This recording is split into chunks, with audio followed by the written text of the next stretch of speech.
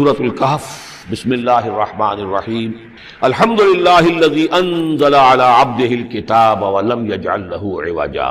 یہ پوائنٹ میں نوٹ کرا چکا ہوں کہ آخری آیت کیا تھی؟ قل الحمد للہ، کہو قل حمد اللہ کے لیے ہے۔ یہ آخری آیت تھی سورہ بنی اسرائیل کی، اور سورہ کہف کی آیت شروع ہو رہی ہے الحمد للہ الذی، گویا کہ اس حکم کی تعمیل جو ہے اس سے آغاز ہو رہا ہے اس سورہ مبارکہ کا۔ اس کو میں نے کہا تھا یہ انٹر لاکڈ ہیں دونوں صورتیں جو ہیں، جیسے آتا ہے تورات میں کہ حضرت یعقوب اپنے بھائی عیسو کی ایڑیاں پکڑے ہوئے تولد ہوئے، یہ جڑواں پیدا ہوئے تو دو بھائی عیسو اور یعقوب۔ عیسو بڑے تھے، یعنی بڑے اس معنی میں جو بھی ہوتے ہیں جڑواں، ان میں جو پہلے جس کی ولادت ہو جائے وہ بڑا ہوتا ہے، چاہے 2 منٹ کا فرق ہو 5 منٹ کا فرق ہو۔ تو اس کی ولادت کے بعد پھر حضرت یعقوب کو عقب کہتے پیچھے کو، پیچھے آنے والا یعقوب، اس لیے ان کا نام پڑ گیا ہے کہ یہ پچھلا ہے۔ جو پہلا تھا وہ عیسو تھا، عیسو کے بارے میں کچھ معلوم نہیں ان کی اولاد وغیرہ کدھر گئی، بہرحال وہ ایک علیحدہ بحث ہے۔ تو اسی طریقے سے یہ سورہ کہف جو ہے گویا کہ سورہ بنی اسرائیل کی ایڑیاں پکڑے ہوئے قرآن مجید میں وارد ہو رہی ہے۔ اس میں آپ دیکھیے الحمدللہ الذی انزل علی عبدہ، وہی اللہ تعالیٰ نے اللہ کے اپنے رسول کی جو نسبت ہے اس کو عبد کے نمایاں کیا ہے۔ کتاب نازل کی ولم یجعل لہ عوجا، اور اس میں کوئی کجی نہیں رکھی، قیما، سیدھی، ٹھیک ٹھیک، روشن، مبین، لینذر بأسا شدیدا۔ اب یہ ہے لفظ جو بہت زیادہ غور کرنے کے قابل ہے۔ اس کتاب کے حضور پر نزول کے مقاصد میں سے ایک یہ بھی ہے خبردار کر دیں ایک بہت بڑی آفت سے۔ ویسے باسن جب واحد آتا ہے تو عام طور پر اس کے معنی جنگ ہوتے ہیں، جب جمع میں آتا ہے تو سختی، مصیبت، بھوک، فاقہ، یہ سارے بأسا۔ آیت البر میں بھی ہم نے پڑھا والصابرین فی البأساء والضراء وحین البأس۔ باسا جب جمع میں آیا ہے تو فقر و فاقہ، تکلیف، مصیبت، اور حین الباس جنگ کے وقت۔ تو ان دونوں کو ذہن میں رکھیے، بہت بڑی آفت، بہت بڑی آفت، بہت بڑی آفت۔ ایک تو ہے دجالی فتنے کی، دجال المسیح الدجال جو آنے والا ہے، جس کے بارے میں حدیث میں آتا ہے کہ کوئی نبی اور رسول ایسا نہیں گزرا جس نے اپنی قوم کو دجال کے فتنے سے آگاہ نہ کیا ہو، اور پوری انسانی تاریخ میں دجال کے فتنے سے بڑا کوئی فتنہ نہیں، اور وہ ہر بندہ مومن کے امتحان کے لیے کڑا ترین جو ہے مرحلہ آ جائے گا، سخت ترین امتحان اس کا لیا جائے گا۔ تو یہ جو سختی ہے اس کی خبر دیتے ہوئے یہ سورہ مبارکہ نازل ہو رہی ہے۔ اور خاص طور پر اسے باسن اگر جنگ کے معنی میں لیں تو الملحمۃ العظمیٰ، کتاب الملاحم، جو کہ آپ دیکھیں گے احادیث کی کتابوں میں پورا باب ہے کتاب الملاحم، اور اس کا تعلق بھی دجال کے ساتھ ہے، کیونکہ پھر دجال ہی کو قتل کریں گے حضرت مسیح علیہ السلام نازل ہو کر۔ تو یہ سارا مسئلہ جو ہے اس کی خبر دینے کے لیے قیما لینذر بأسا شدیدا من لدنہ، گویا کہ یہ جو احادیث کی کتابوں میں آپ کو حدیث کے ابواب ملتے ہیں، چاہے وہ کتاب الفتن ہو اور چاہے وہ کتاب جو ہے آثار قیامہ ہے، اس طرح کے جتنے بھی ہیں، اور کتاب الملاحم ہے، یہ گویا کہ اس کی شرح ہے لینذر بأسا شدیدا من لدنہ، اور یہ ہوگا بھی خاص اللہ کی طرف سے۔ یہ آزمائش بھی، یہ دجال کا فتنہ بھی، یہ بہت بڑی جنگ بھی، جس کو آرمگڈون کہتے ہیں، کرسچین جو ٹریڈیشن ہے اس میں اس کے لیے لفظ ہے آرمگڈون، ایک بہت بڑی جنگ ہوگی۔ ڈکشنری میں بھی آپ دیکھیں گے کہ خیر اور شر کی قوتوں کے درمیان اس دنیا کے خاتمے سے پہلے ایک بہت بڑی جنگ ہونی ہے جس کا نام یہ آرمگڈون ہے۔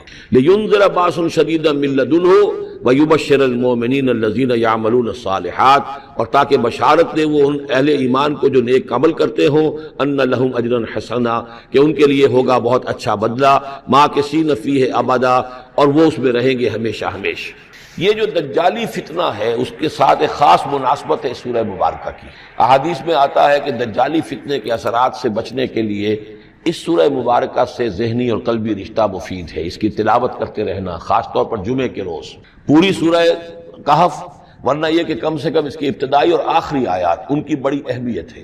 دجالی فتنہ اصل میں کیا ہے سمجھ لیجئے کہ ایک تو ہے دجالی فتنہ بالعموم، دجل کہتے ہیں فریب کو، جیسے کہ کوئی نبی نہیں ہے وہ اس نے فریبی لبادہ اوڑھ لیا، نبوت کا دعویٰ کر رہا ہے، وہ دجال ہے۔ تو اس طرح کی تو حضور نے فرمایا ہے کہ 30 دجال پیدا ہوں گے، انہی میں سے ایک ہمارے زمانے کے اندر جو ہے یہ غلام احمد قادیانی بھی تھا، وہ دجال تھا، جس نے کہ اعلان کیا کہ میں نبی ہوں جبکہ وہ نبی نہیں تھا۔ تو فریبی بنا ہوا جس نے کہ ملمہ اپنے اوپر چڑھایا ہوا ہے۔ اسی طریقے سے دجالی فتنہ یہ جو ہے اس پوری دنیا میں اس وقت جو فتنہ ہے وہ یہ ہے کہ مادہ پرستی کا اتنا غلبہ ہو چکا ہے ذہنوں کے اوپر، افکار کے اوپر، لوگوں کے نظریات کے اوپر، لوگوں کے اخلاق کے اوپر، لوگوں کے اقدار جو ہیں، ویلیوز جو ہیں اس کے اوپر، کہ وہ آخرت کو بالکل بھول گئے، اللہ کو بھول گئے، اسباب کے اندر گم ہے، مسبب الاسباب سے ذہول ہو گیا، دنیا ہی دنیا ہے، آخرت کو بھولے ہوئے ہیں، مادہ ہی مادہ ہے، روح سے کوئی سروکار ہی نہیں۔ یہ ہے بالعموم جس کا نام دجالی فتنہ ہے، کہ حقیقت کے اوپر پردہ پڑا ہوا ہے، آخرت پر دنیا کا پردہ پڑا ہوا ہے۔ یہ دنیا جو ہے در حقیقت کیا ہے؟ وَمَا الْحَيَاةُ الدُّنْيَا إِلَّا مَتَاعُ الْغُرُورِ، یہ دھوکے کا سامان ہے۔ اصل زندگی کو اس نے ڈھانپا ہوا ہے، ہم نے یہ سمجھ لیا کہ زندگی یہی ہے، اسی کے لیے بھاگ دوڑ محنت صبح و شام، اسی کے مستقبل کی فکر ہے، لیکن اصل زندگی اس کی کوئی فکر ہی نہیں ہے۔ باقی ایک دجال جو ہے جو آئے گا، وہ معاملہ احادیث کے اندر بھی بڑی طوالت کے ساتھ ہے، اور اس میں کافی پیچیدگیاں بھی ہیں، بعض چیزیں جو ہیں ایک دوسرے سے کچھ مختلف بھی ہیں، اس میں پھر اہل علم کو بہرحال مطابقت پیدا کرنی پڑتی ہے۔ میں نے جہاں تک اپنی کوشش کی ایک رائے تک میں پہنچا ہوں، لیکن ابھی میں اسے بیان نہیں کر رہا ہوں۔ بہرحال دجالی فتنے کی خبریں موجود ہیں بہت شدت کے ساتھ، اور اس صورت کا پڑھنا جو ہے اس میں بہت مفید ہے۔ اس صورت کے مضامین کا دجالی فتنہ بالعموم سے کیا تعلق ہے، وہ تو اس ہم دورہ ترجمہ دوران کے اس کے دوران بھی آپ کو معلوم ہو جائے گا، لیکن اس کے جو خاص بڑے مباحث ہیں، خاص طور پر یہ کہ ایک ہمارے بہت بڑے عالم گزرے ہندوستان میں اس صدی کے آغاز میں، مولانا مناظر حسن گیلانی، انہوں نے اس میں باقاعدہ کتاب لکھی ہے، آپ کو مل جائے گی بازار میں بھی، اصحاب کہف کے جو کا معاملہ سورہ کہف کے مباحث ہیں ان کے۔ میں نے اس کو اپنی ایک تقریر کے اندر کسی خطاب جمعہ میں سورہ کہف کے مضامین کا خلاصہ بیان کیا تھا، جس کا عنوان ہے دنیا کی حقیقت۔ ظاہر بات ہے تفاصیل زیادہ جو ہیں وہ میرے لیے ممکن نہیں ہے کہ اس دورہ ترجمہ کے دوران بیان کر سکوں۔ وَيُنذِرَ الَّذِينَ قَالُوا اتَّخَذَ اللَّهُ وَلَدًا، اور خبردار کر دے ان لوگوں کو جنہوں نے کہا کہ اللہ نے بیٹا بنایا۔ یہ ساری دجالیت جو ہے اس کی جڑ کیا ہے؟ مسیحیت، جو موجودہ مسیحیت ہے، جو حقیقت میں مسیحیت نہیں ہے، پالزم ہے، جس کی بنیاد تثلیث پر ہے کہ اللہ کا بیٹا بنا دیا حضرت مسیح علیہ السلام کو، اور انہیں کفارہ بنا دیا تمام جو بھی مان لے ان کو ان کے گناہوں کا، پیش کی معافی ہے ان کے گناہوں کی جو حضرت مسیح پر ایمان لے آئے، اور نمبر 3 شریعت ساقط کر دی، اور نمبر 4 سارا اختیار جو ہے وہ پوپ کے ہاتھ میں دے دیا گیا کہ تم جو چاہو جس چیز کو چاہو حلال کرو، جس چیز کو چاہو حرام کر دو۔ ان چیزوں نے مل کر نفس مذہب کو اس قدر قابل نفرت شے بنا دیا کہ یورپ کے عوام کے اندر مذہب کے خلاف شدید نفرت پیدا ہو گئی۔ چنانچہ اس کے بعد جب مسلمانوں کے زیر اثر وہاں پر علم پھیلا ہے، ہسپانیہ کی یونیورسٹیوں سے علوم اور فنون جو ہیں، یہ فرانس اور اٹلی اور جرمنی کے نوجوان آتے تھے، اور وہاں آ کر وہ قرطبہ اور غرناطہ اور طلیطلہ کی یونیورسٹیوں سے پڑھ کر جاتے تھے، تو ان کے زیر اثر جو ایک ریفرمیشن شروع ہوئی، اصلاح مذہب، اور ایک رینائسنس، تحریک احیاء العلوم، وہ جو اصل تو تحریک تھی اس بات کی کہ انسان علم کی طرف دوبارہ رجوع کرے، لیکن یہ کہ وہ علم جب آگے بڑھا ہے تو وہاں پہ عیسائیت کے خلاف جو رد عمل تھا اس کی وجہ سے اس میں مذہب کی دشمنی جو ہے اس تحریک کے اندر خود بخود شامل ہو گئی۔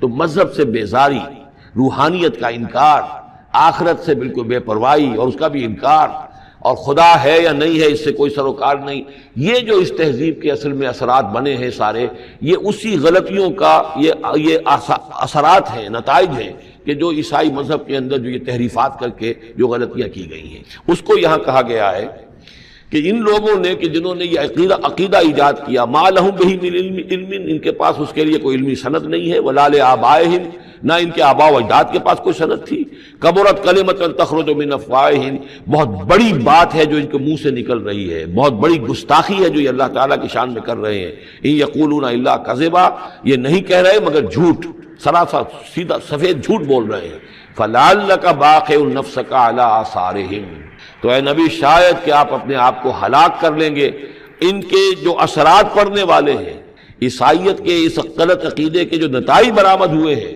جب یہ نتائج ظاہر ہوں گے تو وہ اتنے سنگین ہوں گے، فلعلک باخع نفسک، کہ ان کے احساس سے اور ان کے ادراک سے شاید کہ آپ اپنے صدمے سے اپنے آپ کو ہلاک کر لیں، ان لم یؤمنوا بہذا الحدیث اسفا، اگر یہ لوگ اس حدیث پر، اس قرآن پر، یہ بات جو بتائی جا رہی اس پر ایمان نہ لائے، اس پر ایمان نہ لائے، اپنے اس غلط عقیدے پر قائم رہے، اس غلط مذہب کو انہوں نے برقرار رکھا، تو اس کا جو رد عمل ہوگا نوع انسانی پر، اور اس سے تاریخ انسانی اور انسانی ثقافت جس غلط رخ پر پڑے گی، جو دجالیت کا فتنہ اسے جنم لے گا، ان تمام چیزوں کے اثرات سے شاید آپ کو اتنا صدمہ ہو کہ فَلَعَلَّكَ بَاخِعٌ نَفْسَكَ عَلَىٰ آثَارِهِمْ إِن لَّمْ يُؤْمِنُوا بِهَٰذَا الْحَدِيثِ أَسَفًا إِنَّا جَعَلْنَا مَا عَلَى الْأَرْضِ زِينَةً لَّهَا، ہم نے زمین کے اوپر جو کچھ ہے اسے اس کا گہنا بنا دیا ہے، بناؤ سنگھار بنا دیا ہے، زینت بنا دیا ہے۔ یہ آپ نوٹ کر لیجئے، لفظ زینت اور زمین میں اس کی زیبائش اور آرائش، یہ اس سورہ مبارکہ کا عمود ہے، یعنی اس کو اتنا کھبا دیا ہے نگاہوں میں اللہ نے کہ آخرت سے خود بخود انسان غافل ہو جاتا ہے۔ یہ پردہ پڑ گیا ہے، چمک دمک ہے، یہ کاریں ہیں، یہ بلڈنگیں ہیں، یہ کوٹھیاں ہیں، یہ عالیشان عمارتیں ہیں، یہ کیا کچھ اس کی جو یوں سمجھیے پومپ اینڈ شو جو ہے اس وقت دنیا کا، اور ظاہر بات ہے امریکہ میں جا کر دیکھیے تو جو کچھ یہاں دیکھ رہے ہیں اس سے 10 گنا 100 گنا 1000 گنا آپ کو نظر آئے گا، عقلیں دنگ ہو جاتی ہیں۔ نتیجہ کیا نکلتا ہے کہ انسان یہ سمجھتا ہے کہ اصل شے یہی مادہ ہی ہے، اصل ہدایت پہ یہی لوگ ہیں، یہی لوگ ہیں صحیح معنی میں کہ جنہوں نے واقعتاً علم حاصل کیا ہے، لہذا ان کی غلط تہذیب، ان کا غلط تمدن، ان کے تمام غلط ثقافت کے معاملات کے بھی ہم اسی طریقے سے پیروی کر رہے ہیں۔ یہ سارا مسئلہ جو ہے وہ اس لیے ہے کہ یہ چمک دمک دنیا کی جو زیبائش اور آرائش، اس سے ہم متاثر ہیں۔ انا جعلنا ما علی الارض زینۃ اللہ، جو کچھ زمین کے اوپر ہے اسے ہم نے اسے اس کے لیے بناؤ سنگھار بنا دیا، لنبلوہم، تاکہ ہم آزمائیں ان کو، ایہم احسن عملا، کون ہے ان میں سے اچھے عمل کرنے والا۔ یعنی اب یوں دیکھیے وہ شعر جو ایک ہے، اگرچہ ذرا تھوڑا سا شان باری تعالیٰ کے اعتبار سے تو شاید اتنا مناسب نہ ہو، لیکن یہ کہ مفہوم کو ادا کرتا ہے کہ رخ روشن کے آگے شمع رکھ کر وہ یہ کہتے ہیں ادھر آتا ہے دیکھیں یا ادھر پروانہ جاتا ہے۔ ایک طرف ذات باری تعالیٰ ہے اور ایک طرف یہ دنیا ہے، اس کی چمک دمک ہے۔ اب یہ پروانہ جو ہے یہ انسان، اس کا امتحان ہے، آیا یہ اللہ اور آخرت کی طرف جا رہا ہے یا دنیا کی طرف اور دنیا کی زیبائش اور آرائش کی طرف جا رہا ہے۔ جو زیبائش اور آرائش کی طرف چلا گیا وہ گیا، وہ تباہ و برباد ہو گیا، فقط خسر خسرانا مبین۔ اور جس نے اس دنیا کی زیبائش اور آرائش اس سے منہ موڑ کر وہ جو حقیقت جو اصل حسن ازلی ہے اللہ تعالیٰ کا، اور اس کا جو جلال اور کمال ہے، اور جو آخرت کی نعمتیں ہیں ان کو اختیار کر لیا، وہ کامیاب ہو گیا۔ تو امتحان اتنا ہی ہے کہ رخ روشن کے آگے شمع رکھ کر وہ یہ کہتے ہیں ادھر جاتا ہے دیکھیں یا ادھر پروانہ آتا ہے۔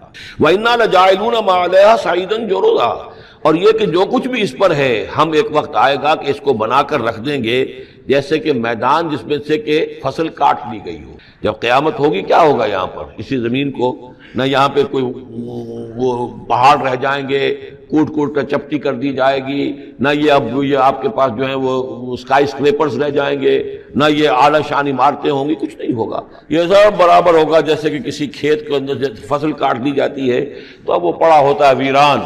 وَإِنَّا لَجَاعِلُونَ مَا عَلَيْهَا صَعِيدًا جُرُزًا، ہم اسے کر کے چھوڑیں گے ایسا کھیت کہ جہاں پر چورا پڑا ہوا ہو، صرف بچا کھچا جو ہے وہ اس کا توڑی کا، اور کچھ نہ ہو۔ ام حسبت ان اصحاب الکہف والرقیم کانوا من آیاتنا عجبا، اب یہاں سے اصحاب کہف کی بات شروع ہو رہی ہے، کیونکہ پوچھوایا تھا یہودیوں نے اصحاب کہف کون تھے۔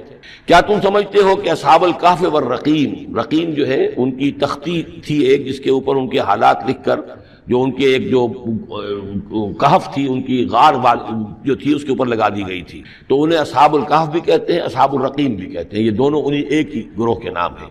کیا وہ تمہارے خیال میں ہماری بڑی عجیب آیات میں سے تھا؟ یعنی واقعتاً بات تو غیر معمولی تھی، لیکن حقیقت میں ہمارے ہاں تو ہماری تخلیق میں، ہماری صنائی میں اس سے ہزاروں گنا زیادہ عجیب باتیں ہوتی ہیں، ہمارے لیے تو وہ کچھ ہے ہی نہیں کسی بھی درجے میں، تم سمجھتے ہو کہ شاید وہ بہت بڑی بات ہے۔ یہ سابق کہف کا جو قصہ ہے، اب میں سمجھتا ہوں کہ پورے وثوق کے ساتھ ہم کہہ سکتے ہیں کہ یہ قصہ کیا تھا۔ دیکھیے جب حضرت مسیح علیہ السلام آئے ہیں تو یہ پورا علاقہ جو ہے فلسطین کا، اور یہاں پہ جو آپ نے تبلیغ کی ہے، تو یہ اس وقت رومن امپائر کا ایک حصہ تھا۔ اگرچہ مقامی طور پر ایک لوکل بادشاہ جو تھا یہودی وہاں پر حکومت کر رہا تھا، لیکن وہ پپٹ تھا، اصل میں تو حکومت جو تھی رومیوں کی، جو رومی تھے بت پرست۔ اور اس کے بعد چونکہ انہوں نے بغاوت کی، حضرت مسیح تو اٹھا لیے گئے سن 30 عیسوی کے آس پاس یا 33 عیسوی کے آس پاس، لیکن اس کے بعد جو ہے ان یہودیوں نے بغاوت کی رومیوں کے خلاف، جس کے نتیجے میں سن 70 عیسوی میں ٹائٹس رومی نے تو ان کی حکومت بھی ختم کی اور بیت المقدس کو برباد کیا، یروشلم کو تباہ کیا، 1,33,000 یہودیوں کو قتل کیا اور ان کو بھیج دیا، نکال دیا وہاں سے باہر۔ اس وقت کا معاملہ یہ ہے کہ اب کوئی اکے دکے جو بھی رہ جاتے تھے یہاں پر، کوئی یہودی یا عیسائی، یہودیوں کو تو نکال دیا، عیسائی رہ گئے، لیکن عیسائیوں پر بھی بہت ظلم ہوتا تھا۔ یہ موحد تھے، حضرت عیسیٰ کے ماننے والے، وہ بت پرست تھے۔ تو اس زمانے میں کہیں بادشاہ کوئی تھا، ڈیسیس یا دقیانوس جس کو کہتے ہیں، اس کے زمانے میں کچھ جو عیسائی تھے حضرت عیسیٰ پر ایمان رکھنے، آج کے عیسائیوں پر قیاس نہ کیجیے، جو نصارہ تھے حضرت عیسیٰ کو ماننے والے جو موحدین تھے، ان میں سے کچھ نوجوانوں کی پیشی ہوئی بادشاہ کے دربار میں۔ انہوں نے کہا کہ تم اپنے نئے دین سے اگر باز نہیں آؤ گے، اتنے دن کی مہلت تمہیں دی جا رہی ہے تو تمہیں سولی چڑھا دیا جائے گا، بس مہلت دی جا رہی ہے، جاؤ غور کر لو، سوچو۔ ان لوگوں نے آ کر سوچا کہ اب نہ تو ہمارے لیے یہ ممکن ہے کہ ہم مقابلہ کر سکیں، چلو کسی غار میں چھپ جاتے ہیں، دیکھیں اللہ تعالیٰ کیا کرتا ہے ہمارے لیے۔ وہ ایک غار میں جا کر چھپے ہیں، اور غار میں جا کر چھپے ہیں تو اللہ نے انہیں وہاں پر سلا دیا، موت تاری نہیں کہ سلا دیا۔ اللہ کروٹ بھی بدلواتا رہا، ان کے لیے سارا کچھ بندوبست کیا، اللہ کی قدرت میں تھا۔ حضرت عزیر کو 100 برس کے لیے مار دیا تھا، موت کے بعد ان کو دوبارہ زندہ کر دیا۔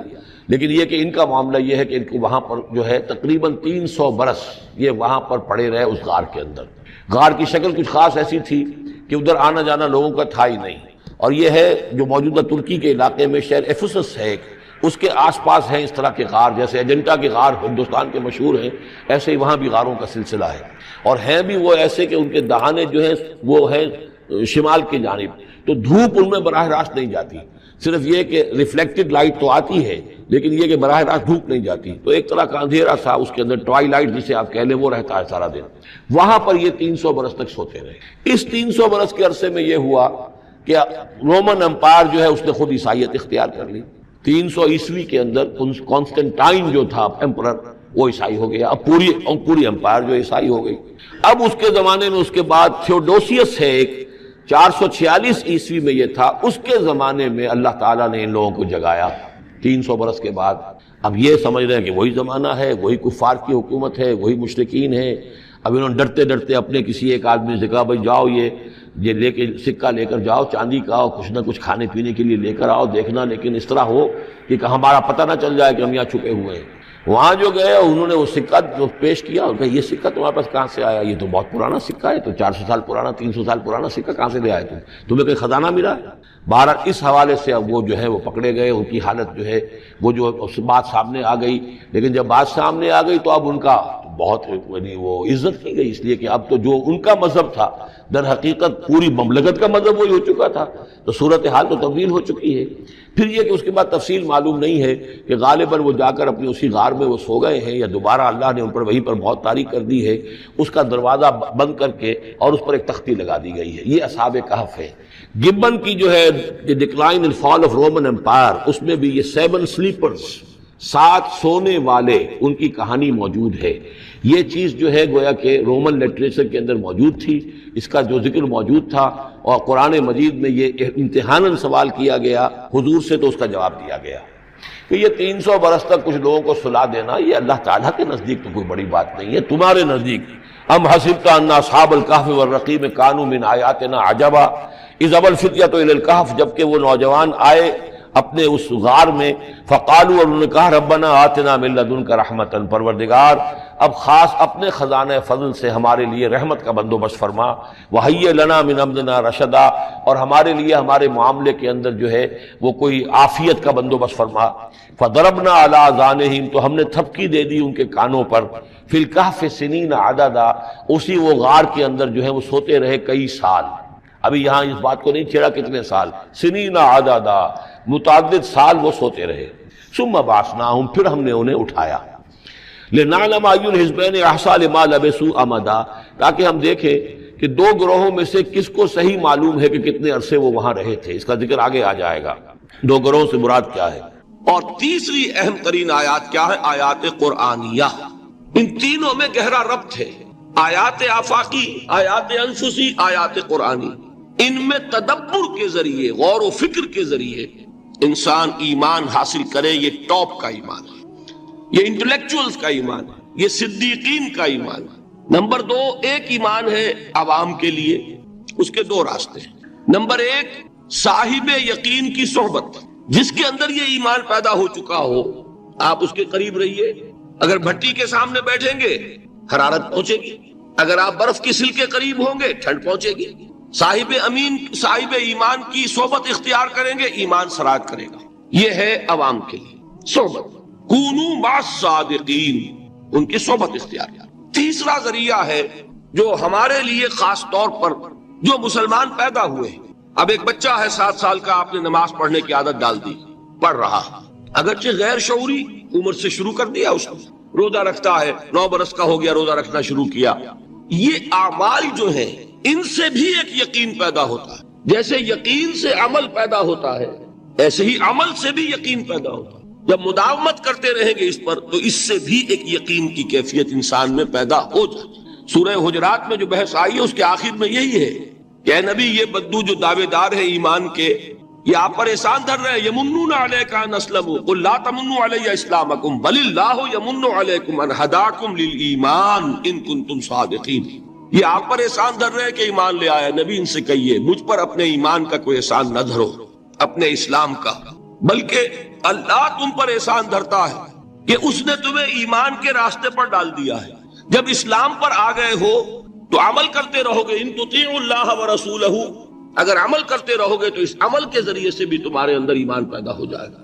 تو یہ 3 راستے ذہن میں رکھیے، جو عوام ہے غور و فکر، سوچ بچار، اس کی صلاحیت نہیں یا مواقع نہیں، ان کے لیے یہ 2 راستے ہیں، یقین بذریعہ عمل اور یقین بذریعہ صحبت۔ یہاں سے اٹھا رہے ہیں لوگوں کو، بار بار یہیں آ جاتے ہیں، لیکن ان کو دقت ہوتی، یہاں پہ کوئی صاحب پہلے سے روک دیا کرے نا جو بعد میں گڑبڑ ہوتی ہے۔ تو ایک ایمان ہے انٹلیکچوئلز کا، صدیقین کا، جن کو قرآن کہتا ہے اولو الالباب الذین یعقلون ان فی خلق السماوات والارض واختلاف اللیل والنہار لآیات لأولی الالباب، ہوش مندوں کے لیے، عقل مندوں کے لیے، غور و فکر کرنے والوں کے لیے، اصحاب دانش و بینش کے لیے ہماری کائنات میں ہماری نشانیاں ہیں، غور کرو اور ہمیں پہچانو، خود اپنے اندر جھانکو اور ہمیں پہچانو، اور ہماری یہ آیات جو ہیں ہمارے کلام کی، اس کی آیات جو ہیں ان میں وہ ایمان رچا بسا ہوا ہے، ان پر غور کرو، غوطہ زنی کرو، قرآن میں ہو غوطہ زن ہے مرد مسلمان۔ یہ ہے ٹاپ کا ایمان، یہ ہے اصل وہ ایمان کہ جو مطلوب ہے۔ اب باقی حضرات جو ہیں ان کے قریب رہیں گے، ایمان حاصل کر لیں گے، اور جو اعمال اللہ نے بتائے ہیں ان پر عمل کرتے رہیں گے، ایمان حاصل۔ اب دوسری بات کی طرف آئیے، نفاق سے کیسے بچا جائے، اس کے لیے بھی 3 عمل ہیں۔ پہلی چیز، اور 2 چیزیں تو وہ ہیں کہ جو سورہ منافقون ہی کے دوسرے رکوع میں بیان ہوگی۔ پریونشن کیسے ہوگی، بچو گے کیسے؟ دوام ذکر، اللہ کو یاد رکھو، یا ایھا الذین آمنوا لا تلہکم اموالکم ولا اولادکم عن ذکر اللہ ومن یفعل ذلک فاولئک هم الخاسرون۔ دل کو غفلت میں مت آنے دو، دل غافل ہوگا شیطان کا ڈیرا بن جائے گا۔ وہ دوام ذکر میں، البتہ یہ ذہن میں رکھیے کہ دوام ذکر کا ذریعہ کیا ہے، اس میں مغالتے ہیں لوگوں کو، جو سب سے بڑا ذکر ہے اس کو بھولے ہوئے ہیں، اور جو تیسرے چوتھے نمبر کا ذکر ہے اس کو سمجھ بیٹھے ہیں کہ بس یہی ذکر ہے۔ سب سے بڑا ذکر، مجسم ذکر قرآن ہے۔ الذکر انا نحن نزلنا الذکر وانا له لحافظون۔ وہ الذکر کون سا ہے؟ قرآن۔ اسی کو فرمایا، میں نے وہ آیت سنائی تھی کہ لوگ تنزیہ کہتے تھے، یا ایھا الذی نزل علیہ الذکر انک لمجنون، حضور سے مخاطب ہو کر کہتے ہیں فلاں جس کے اوپر کے اس کے خیال کے مطابق ذکر نازل ہوا ہے، ہم تو تمہیں پاگل سمجھتے ہیں۔ وہاں بھی لفظ کیا ہے؟ الذکر۔ تو معلوم کیا ہوا؟ انا انزلنا الیک الذکر لتبین للناس ما نزل الیہم، یہ الذکر ہے۔ تو اس سے بڑا ذکر کوئی نہیں۔ تلاوت قرآن، تدبر قرآن، غور و فکر قرآن کا، قرآن کو یاد کرنا۔ اس پر میرا کتاب چاہے مسلمانوں پر قرآن مجید کے حقوق، اب تو یہاں شاید کوئی کتاب موجود نہیں رہی ہے، بہرحال اگر آپ کو ضرورت ہوتی ہے پاکستان سے منگا لیتے ہیں، ہر شے پڑھیے، انشاءاللہ آ جائے گی چیز۔ نمبر 2 ذکر کیا ہے؟ اقیم الصلاۃ لذکری، نماز کو قائم کرو میری یاد کے لیے۔ یہ ذریعہ ذکر میں، وہ تو ہے ہی مجسم ذکر، اور یہ ذریعہ ذکر میں سب سے اہم ہے۔ یہ عملی ذکر بھی ہو رہا ہے اور قولی بھی ہو رہا ہے۔ سورہ فاتحہ پڑھی آپ نے، قرآن شریف کی کچھ آیات پڑھی، پھر رکوع کیا۔ یہ رکوع جو ہے یہ آپ کا عملی ذکر ہے کہ آپ نے اپنے وجود سے اللہ کی عظمت کو تسلیم کیا، پھر آپ سجدے میں گرے، یہ آپ کا عملی ذکر ہے کہ اپنے وجود سے آپ نے اللہ کی عظمت کو اور تسلیم کیا۔ تیسری چیز ہے مسنون دعائیں اور مسنون اذکار، جو حضور سے ثابت۔ ہمارے ہاں کیا ہو گیا، مجھے فلاں بزرگ نے یہ چیز بتائی ہے، وہ تو پڑھتے چلے جا رہے ہیں، نہ قرآن سے دلچسپی، نہ اذکار مسنونہ سے دلچسپی، ادعیہ معصورہ۔ آپ غور کریں گے کہ زندگی کے ہر عمل کے لیے حضور کی دعا موجود ہے۔ صبح اٹھے دعا ہے، آنکھ کھلتے ہی بیت الخلاء میں داخل ہونے لگے دعا ہے، نکلے دعا ہے، وضو کرنے بیٹھے دعا ہے، فارغ ہوئے دعا ہے، مسجد کے لیے گھر سے نکلے دعا ہے، مسجد میں داخل ہوئے دعا ہے، مسجد میں تو ہے ہی ذکر، نماز ہے، تلاوت ہے، باہر نکلے دعا ہے، گھر میں داخل ہونے لگے پھر دعا ہے، سواری پر سوار ہو رہے ہیں دعا ہے، اتر رہے ہیں دعا ہے، شیشہ دیکھ رہے ہیں دعا ہے، کپڑے پہن رہے ہیں دعا۔ زندگی کا کوئی عمل نہیں یہاں تک کہ جو تعلق زن و شو ہے، جس کو کہ خالص حیوانی بات سمجھا جائے گا، اس کے لیے بھی دعا ہے۔ غفلت میں وہ کام بھی نہیں کرتا، سمجھ رہے ہیں آپ؟ اب آپ غور کیجئے، اس میں کوئی اضافی وقت نہیں لگا، کوئی اضافی پوسچر اختیار نہیں کیا آپ نے، یوں بیٹھو، اس طرح بیٹھو، یوں کرو، کوئی آپ کا وقت اضافی نہیں لگا، جو کام کر رہے ہیں اور آپ اللہ کو یاد کر رہے ہیں، اور وہ اللہ کی یاد اس کام کی مناسبت سے ہے۔ ان ادعیہ معصورہ سے دو تعلق جڑ گئے انسان کے۔ دعا کس سے کر رہے ہیں؟ اللہ سے، جڑا کہ نہیں؟ اور یہ الفاظ کس کے ہیں؟ محمد رسول اللہ کے۔ تو آپ کے دو تعلق جڑ گئے۔ آپ اپنی جی سے گھڑ کر دعا مانگیں گے تو پہلا تعلق تو ہو جائے گا، دوسرا نہیں ہوگا۔ بہتر سے بہتر دعا مانگ لیں آپ، لیکن حضور سے جو معصور اور مسنون الفاظ جب آپ زبان سے نکالتے ہیں تو آپ کا تعلق اللہ سے بھی ہوا بذریعہ دعا، اور وہ الفاظ چونکہ حضور کے ہیں صلی اللہ علیہ وسلم تو حضور کے ساتھ ہوا۔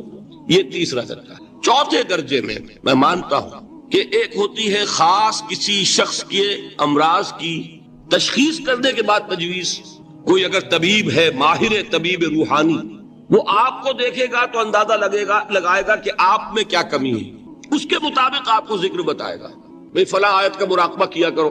کسی میں بزدلی ہوتی ہے، کسی میں مال کی محبت زیادہ ہوتی ہے، کسی میں توکل کی کمی ہے، کسی میں شہرت کی خواہش ہے، نمایاں ہونے کا جذبہ ہے، کسی میں تکبر ہے۔ سب کا ایک سا برس تو نہیں ہوتا نا۔ تو یہ در حقیقت اندھے کی لاٹھی سے نہیں چلنے والی بات، یہ تو ماہر کی کا کام ہے کہ وہ تجویز کرے کہ تمہارے لیے خاص طور پر ذکر یہ۔ در حقیقت ہمارے جو یہ سلسلے تھے سلوک کے، یہ بڑے ماہر ہوتے تھے، یہ لوگ بڑے ماہر اطباء تھے۔ یہ جو علم نفسیات ہے اس کے ہمارے صوفیاء سے بڑھ کر کبھی کوئی عالم گزرا ہی نہیں دنیا میں۔ فرائیڈ کیا ہے اور ایڈلر کیا ہے اور یونگ کیا ہے، بچے ہیں۔ ہمارے صوفیاء کرام نے جس طرح انسان کی نفسیات کو سمجھا اور وہ ان کی مناسبت سے تجویز کرتے تھے، لیکن اس کو رکھا جائے گا چوتھے نمبر پر۔ جیسے مولانا احمد علی صاحب فرمایا کرتے تھے، بھائی اس آیت کا مراقبہ کیا کرو۔ مراقبے کیا مانی؟ اب انہوں کو قرآن حکیم نے بھی سورہ آل عمران کے آخری رکوع میں ذکر کو سب سے پہلے اور سب سے اہم عامل کی حیثیت سے شمار کیا۔ چنانچہ اس کی پہلی آیت جو ہے سورہ آل عمران کے آخری رکوع کی، اس میں تو وہی مضمون جو میں بیان کر چکا وہ آیا ہے، ان فی خلق السماوات والارض واختلاف اللیل والنہار لآیات لأولی الالباب۔ یقیناً آسمان اور زمین کی تخلیق میں اور دن اور رات کے الٹ پھیر میں نشانیاں ہیں ہوش مندوں کے لیے۔ ان کے ذریعے سے انسانی شعور کے اندر وہ معرفت رب اجاگر ہوگی۔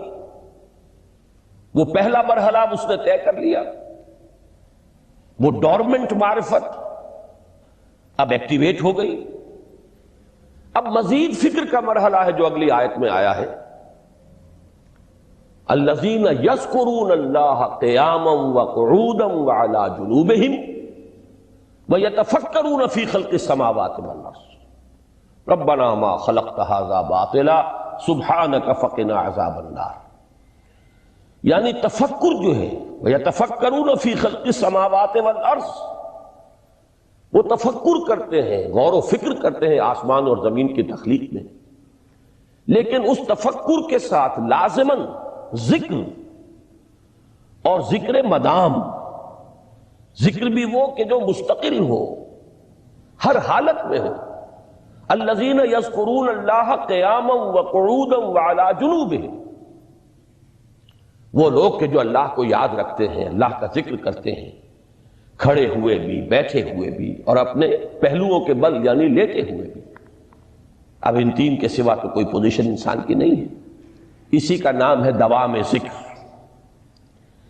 اور اس کے ساتھ اگر وہ تفکر کرتے ہیں تو ان کا فکر اگلی منزل تک پہنچتا ہے۔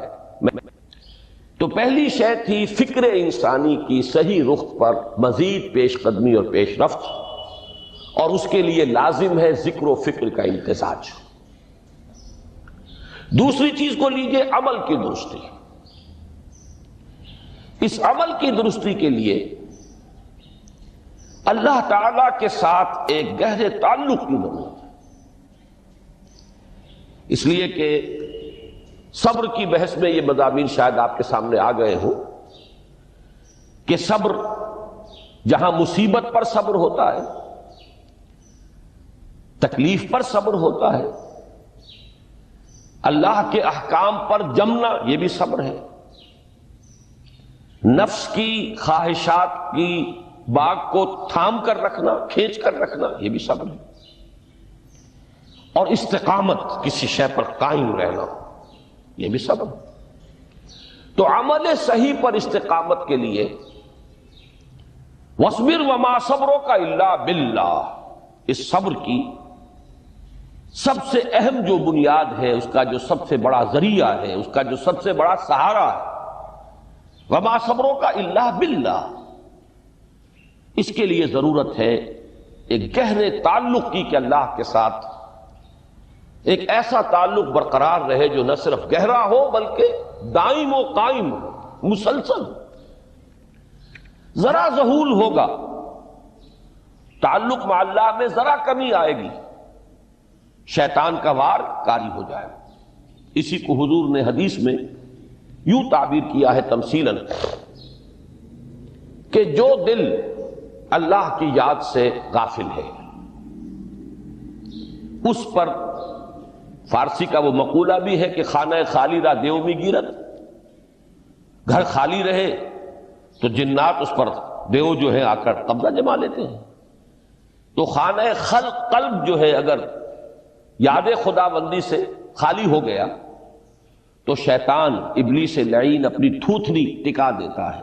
یہ لفظ آتا ہے سور کے منہ کے لیے تھوتنی، جس طرح اس کا نکلا ہوا سا منہ ہوتا ہے آگے، تو یہ لفظ استعمال کیا گیا کہ وہ اپنی تھوتنی انسان کے دل پر جما کر اور پھوکے مارنی شروع کر دیتا ہے۔ تو شیطان کو موقع ہی تب ملتا ہے جب انسان کے تعلق مع اللہ کے اندر کمی ہو، وہ خانہ بالکل خالی ہو گیا ہو یا اتنا ضعیف ہو گیا ہو کہ کل عدم ہو جائے، گویا کہ نہیں۔ تیسری چیز کی طرف آئیے، روحانی ترقی۔ روحانی ترقی کے لیے میں ایک اصطلاح کے سامنے لا رہا ہوں، اس سے مراد کیا ہے؟ روحانی ترقی کے لیے ہماری دینی اصطلاح ہے تقرب الی اللہ، اللہ سے قریب تر ہوتے چلے جانا۔ اس پر میرا ایک کتابچہ بھی ہے، تقرب الی اللہ کے دو مدارج، دو درجے، جو در حقیقت ایک حدیث نبوی علیہ الصلوۃ والسلام ہی پر مبنی ہے کہ حضور نے ایک درجہ قرار دیا ہے تقرب بالفرائض، فرائض کے ذریعے سے انسان اللہ کا قرب حاصل کرے۔ ایک ہے تقرب بالنوافل، نوافل کے ذریعے سے اللہ کا قرب حاصل کرے۔ ان میں کیا نسبت و تناسب ہے، اہمیت کے اعتبار سے کون بڑھ کر ہے، بلندی کے اعتبار سے کون بڑھ کر ہے، یہ تمام مسائل میں نے اپنی اس تقریر میں بیان کیے تھے جو اس کتابچے میں شائع ہوئی ہے۔ اس وقت میں اس کی تفصیل میں نہیں جا رہا، صرف یہ تذکرہ اس لیے کر رہا ہوں کہ جن کو بھی خواہش ہو جائے وہ اس کا مطالعہ کرے۔ ہماری اس وقت کی گفتگو سے وہ کتابچہ اس جگہ پر منسلک ہوگا۔ تو تقرب الی اللہ، یہ تقرب کوئی فزیکل فینومینن نہیں ہے، جسمانی یا مادی مسئلہ نہیں ہے۔ اللہ سے قرب یہ نہیں ہے کہ کوئی کروڑوں میل کا فاصلہ ہے، اب ہمیں کوئی رسی پر چڑھنا ہے اوپر بڑی محنت اور مشقت سے، فصل تو ہے ہی نہیں، فاصلہ ہے ہی نہیں، بعد ہے ہی نہیں۔ نحن اقرب الیہ من حبل الورید، ہم تو انسان سے اس کی شہرگ سے بھی زیادہ قریب۔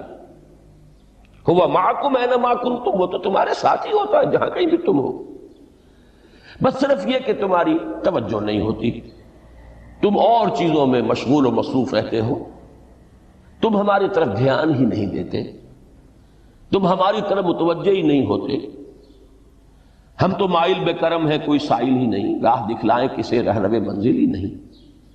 انسان جب متوجہ ہو جاتا ہے اور بڑھتا ہے، آگے پیش قدمی کرتا ہے روحانی اعتبار سے، تو یہ ہے در حقیقت تقرب اللہ، اور اسی کو ہم کہیں گے روحانی ترقی۔ اب ان تین چیزوں کو اگر آپ نے ذہن میں جما لیا، پھر میری بات کی ترتیب اس کو ذہن میں قائم کیجئے۔ ہم چلے کہاں سے؟ کہ دین کے ساتھ اصل مناسبت فلسفے کی نہیں، حکمت کی۔ نمبر 2، حکمت قرآنی کا پہلا اور اہم ترین اور بنیادی مسئلہ معرفت رب کا حصول ہے۔ اس کا نتیجہ شکر خدا بندی ہے، اس کا ذریعہ آیات آفاقی، آیات انفسی، اور سب سے بڑھ کر آیات قرآنیہ ہیں، جو الذکر ہے، جو تذکرہ ہے، جو ذکرہ ہے۔ لیکن اس پہلے مرحلے کو اگر کوئی انسان بفضل ہی تعالی، اللہ کے فضل و کرم سے طے کر لے، اب اس کے سامنے تین مسئلے، فکر کی مزید پیش رفت، مزید پیش قدمی صحیح رخ پر،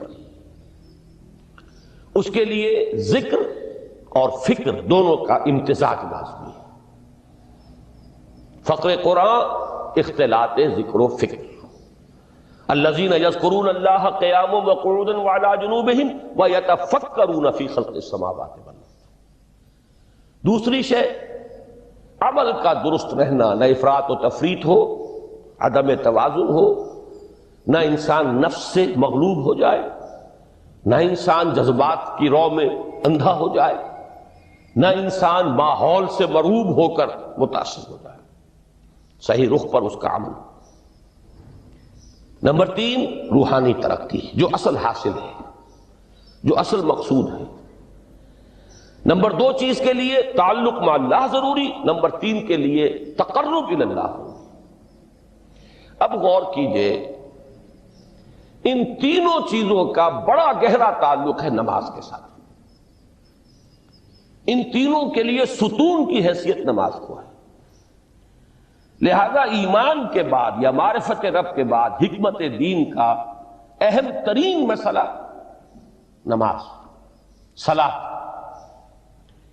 اس لیے کہ ایک طرف یہ انسان کو اللہ کے ساتھ ایک گہرے تعلق کا ذریعہ فراہم کرتی ہے۔ اپنے تمام مصروفیات میں سے، ان مشغولیتوں میں جن میں گم ہونے کا خدشہ ہوتا ہے، نکلو۔ 24 گھنٹے کے معمولات میں سے کم 5 مرتبہ تو لازماً نکلو، اور اپنے آپ کو ذرا، اپنے حواس کو بھی، اپنی باطنی کیفیات کو بھی ذرا تازہ کرو۔ اگر کوئی گندگی، نجاست، کسی طرح کی ناپاکی کا کوئی معاملہ ہے، طہارت حاصل کرو۔ طہارت سے تمہارے اندر روح کو بھی بالیدگی ہوگی، تمہارے حواس بھی تازہ ہوں گے، تم گویا کہ بحیثیت کل تمہاری ہستی چاق و چوبند ہو جائے گی۔ وہ کسل، وہ سستیاں، وہ جو ایک کثافتیں ہوتی ہیں، ان سب سے نجات حاصل کرو، اور اب اپنے رب کے حضور میں کھڑے ہو جاؤ، اس کے ساتھ اپنا عہد بھی تازہ کرو، اس کی اہم صفات کو بھی اپنے ذہن میں پھر مستحضر کرو۔ یہی وجہ ہے، دیکھیے میں نے جو آیات آپ کو شروع میں سنائی تھی، سورہ لقمان کی 2 آیتیں، پہلی آیت میں اس کا ترجمہ کر چکا، دوسری آیت وَلَقَدْ وَإِذْ قَالَ لُقْمَانُ لِابْنِهِ وَهُوَ يَعِظُهُ يَا بُنَيَّ لَا تُشْرِكْ بِاللَّهِ إِنَّ الشِّرْكَ لَظُلْمٌ عَظِيمٌ۔ اس کے بعد درمیان میں کچھ مضمون آ کر پھر وہ آیہ مبارکہ آئی، یا بنی اقیم الصلاۃ وامر بالمعروف وانہ عن المنکر واصبر علی ما اصابک۔ گویا کہ اہم ترین چیز، بنیادی ترین چیز، اللہ کو محض پہچان لینا کافی نہیں ہے، یاد رکھنا ضروری ہے۔ اللہ یاد رہے گا تو فکر صحیح آگے بڑھے گا، اللہ یاد رہے گا اور اس کے ساتھ ایک گہرا تعلق جو ہے برقرار رہے گا تو عمل درست رہے گا۔ بالکل یہی بات سورہ طٰہٰ میں جو پہلی وحی حضرت موسیٰ علیہ السلام پر ہوئی اور پہلا مخاطبہ ہے، چونکہ حضرت موسیٰ کو یہ انبیاء کرام کے مقدس گروہ میں ایک امتیازی حیثیت حاصل ہے کہ ان سے براہ راست گفتگو ہوئی ہے، اگرچہ صرف ایک پردہ تھا، اوٹ من ورائے حجاب گفتگو ہوئی ہے، لیکن یہ کہ کوئی فرشتے کا درمیانی جو ہے وہ لنک نہیں تھا، براہ راست اللہ تعالیٰ نے حضرت موسیٰ علیہ السلام سے کلام فرمایا۔ کلم اللہ موسیٰ تکلیما، موسیٰ سے تو اللہ نے کلام فرمایا جیسے کہ کلام کیا جاتا ہے۔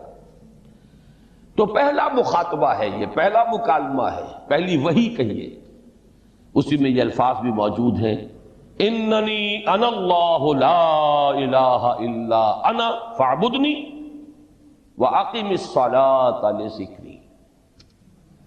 یہ گویا کہ حکمت قرآنی کا ایک بہت بڑا خزانہ ہے یہ آیت مبارکہ، کہ خود حضرت موسیٰ علیہ السلام کو جو ہدایت دی جا رہی ہے، میں ہوں، میں اللہ، اننی انا اللہ لا الہ الا انا، میرے سوا کوئی معبود نہیں، فاعبدنی، بس میری بندگی، میری عبادت، میری پرستش، میری محبت، اس کو اختیار کرو۔ وَأَقِمِ الصَّلَاةَ لِذِكْرِي، اور نماز کو قائم رکھو میری یاد کے لیے۔ بلکہ اسی سلسلہ کلام میں آگے چل کر سورہ طٰہٰ میں آتا ہے، کافی گفت و شنید کے بعد جب حضرت موسیٰ نے کچھ معذرت بھی کی، کچھ دعائیں بھی کی، اللہ نے ایک دعا قبول بھی کی کہ ان کے بھائی کو بھی شریک کر دیا، حضرت ہارون کو بھی۔ اس کے بعد پھر جب فرمایا کہ اب جاؤ فرعون کی طرف، تو اس میں فرمایا وَلَا تَنِيَا فِي ذِكْرِي، اور دیکھنا یہ جو عظیم مشن تمہارے کندھے پر آ گیا ہے، بڑا بھاری اور کٹھن ایک فرض ہے جو تم پر عائد ہو گیا ہے، اس کے لیے سب سے بڑی تمہارے پاس جو قوت کا ذریعہ ہے وہ نماز ہے۔ اقیم فلا تنیا عن ذکری، میری یاد میں کبھی غفلت نہ کرنا، اس میں کبھی کوئی کمی نہ آنے دینا۔ جیسا کہ میں نے عرض کیا تھا کہ جیسے ہی وہ تعلق جو ہے کمزور پڑتا ہے یا منقطع ہو جائے معاذ اللہ، تو پھر انسان گویا کہ شیطان کے لیے ایک لقمہ تر بن جاتا ہے۔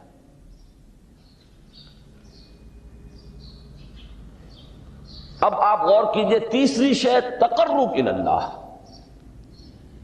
اس کے حوالے سے بھی جو فرائض اور نوافل کی بات ہے اس کو اس وقت ذہن سے نکال کر یہ سمجھیے کہ اس میں نماز کا کیا مقام ہے، اس لیے کہ نماز فرض بھی ہے، نماز نفل بھی ہے، وہ تو ان دونوں میں شریک ہو جائے۔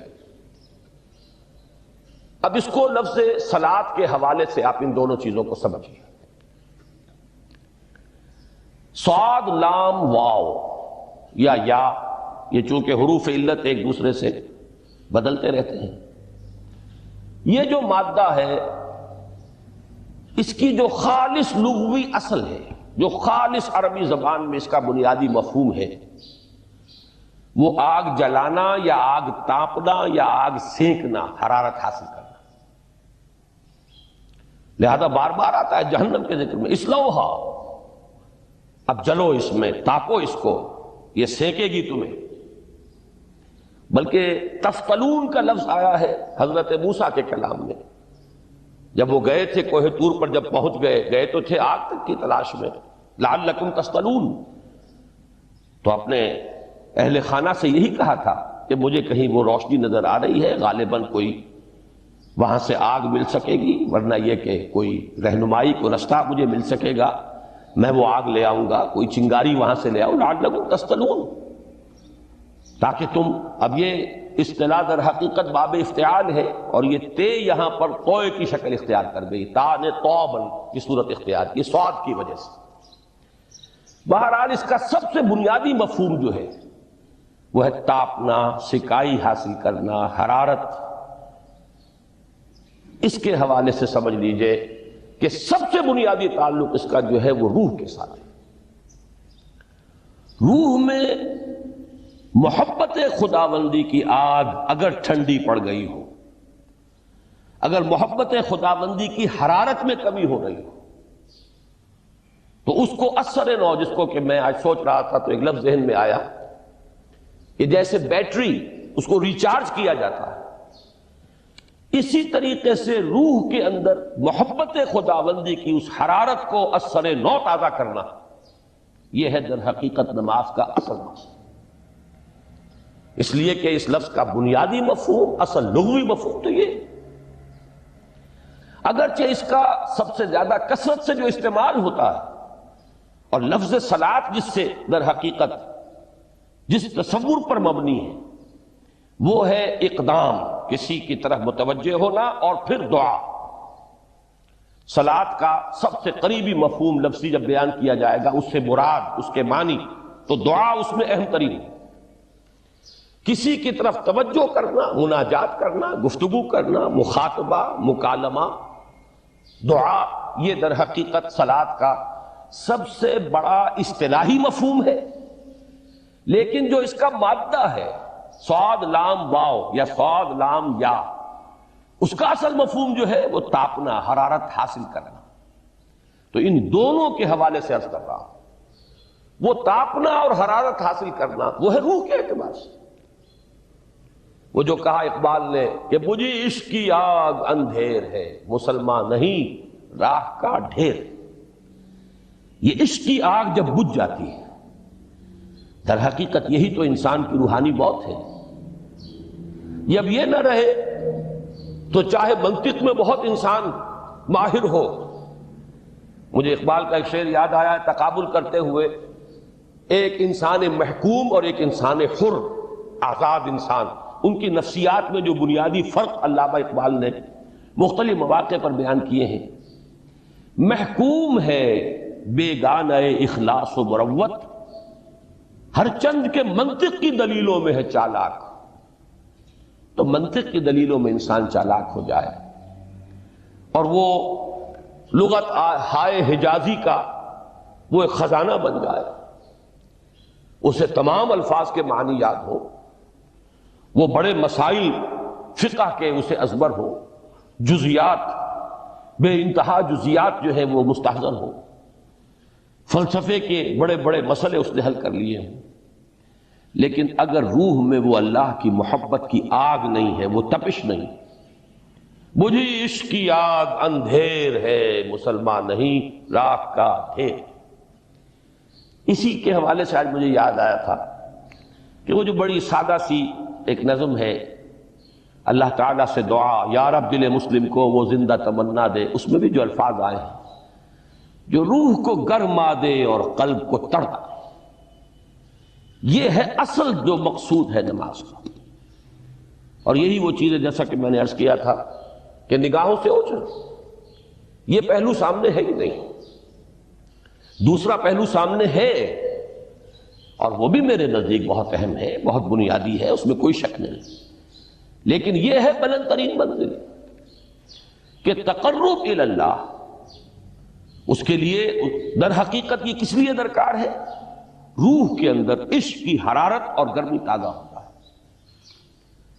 بسا اوقات یہ اندر دب جاتی ہے، جیسے انگارہ ہوتا ہے آگ کا، اس کے اوپر خاک اور راکھ آ جاتی ہے، اندر کچھ ہوتی ہے، آگ دبی ہوئی سمجھ، آگ بجھی ہوئی نہ جان، اس دبی ہوئی آگ کو پھر ایک شعلہ بنانا، پھر اس کے اندر ایک حیات تازہ پیدا کرنا، یہ ہے نماز کا اہم ترین اور بلند ترین مقصد۔ لیکن اس کے ساتھ ہی اس نماز میں ذکر ہونا، اس کا یہ ذکر ہے، اور ذکر کی جب میں فہرست بیان کیا کرتا ہوں بہت سے حضرات کے سامنے ہوگا کہ ذکر کا در حقیقت مفہوم ہے استحضار اللہ فی القلب۔ ہمارے ہاں غلطی سے جو ذرائع ذکر ہیں انہیں ذکر قرار دے دیا گیا ہے۔ نماز ذکر نہیں ہے، نماز ذکر کا ذریعہ ہے۔ اقیم الصلاۃ لذکری، نماز قائم کرو میرے ذکر کے لیے۔ یہ اللہ اللہ کہنا یا ادعیہ معصورہ جو حضور صلی اللہ علیہ وسلم کی مصنون دعائیں ہیں، انہیں اپنے تمام معمولات دنیاوی کے ساتھ ساتھ ان دعاؤں کو بھی انسان پڑھتا رہے، اللہ سے دعا کرتا رہے، یہ تمام ذرائع ذکر ہیں۔ سبحان اللہ الحمدللہ الحمدللہ، اس کا آپ ورد کیجئے، یہ بھی ذریعہ ذکر ہے۔ حقیقت میں ذکر ہے استحضار اللہ فی القلب، اللہ کو دل میں لے آنا،